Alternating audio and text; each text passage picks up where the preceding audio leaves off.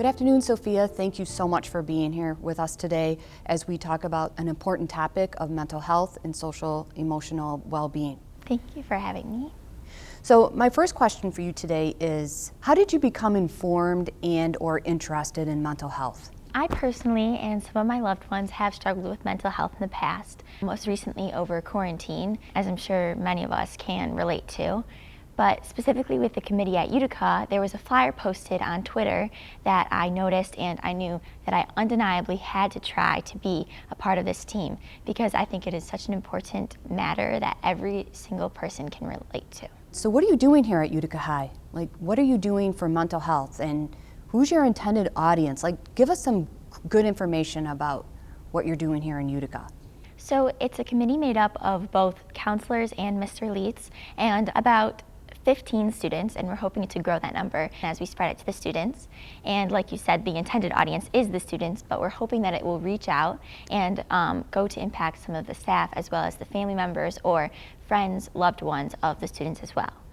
Right now we have a good number of ideas brewing, as well as the mental toolbox that we have been building throughout the past couple of weeks with students.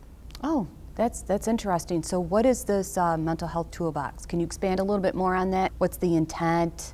The intention behind it is that students and staff, whoever chooses to create this toolbox for themselves, will have a personal kit of different resources and different strategies to use to tackle crises in their mental health or just to maintain it at a good state all the time.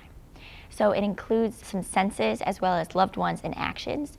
So we've been taking videos as individual students through the mental health committee to try to explain to them what this means and how they can apply them and individualize it so that it's the most effective for each person.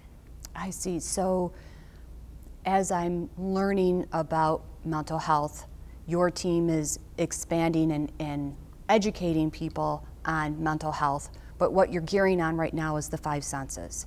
And so as you inform me and give me more information, I'm building my own personal mental health toolbox. Can you give me an example of some of the senses that you're talking about, and just kind of give us some examples of what your team is doing to give some tools or suggestions to students? Yes, so we found that the senses would be very effective because it's such a primitive capability that every person can tap into. So far we've done sounds, sights, and touch, and coming up we're going to be doing smells as well. I think it's really about coming to a mindful state, whether for you that might be playing jazz music, or if it's playing country or pop, or the sound of rain, the sound of thunder, waves crashing. And so I think that's the most important thing that we want to stress, is that it is personal, because people have different experiences or different memories that might make something feel a certain way for them. So your videos that you're providing is really stimulating ideas for students, and then students have the opportunity to really dive within themselves and find what works for them. Yes, precisely. It's a lot of introspection, because although it is universal, it's so unique to each individual, and I think that that's how we're going to get the best result from something like this. So as I'm building my toolbox, and I have my favorite sound, something that I like to look at, something that maybe I like to touch or feel. So what is the ultimate goal? Like, what am I going to get out of it? I think it's going to be very useful in different times of struggle when it comes to mental health, but I think that it too is also going to be very impactful when you're in a good state of mental health and you want to keep it that way.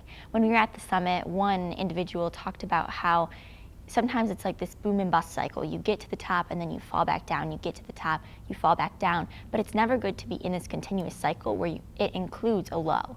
So the idea is that you'll eventually work to a place of strength in your mind, that you'll be able to keep a steady pace of good mental health. So how can people get information about your toolbox or the resources that you're offering? So just for our committee, we have an Instagram and a Twitter, which we wanted to be very careful about using because it has been publicized that social media can have adverse effects on mental health.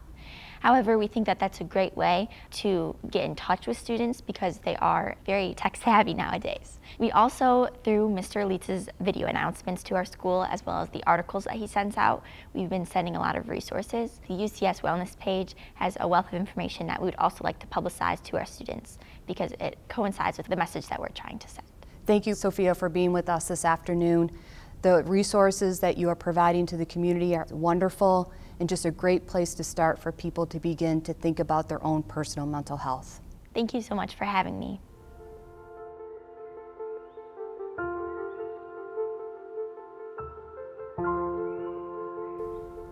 For more information on the committee's work, visit Instagram username UHS_SMHC or on Twitter UHS_SMHC.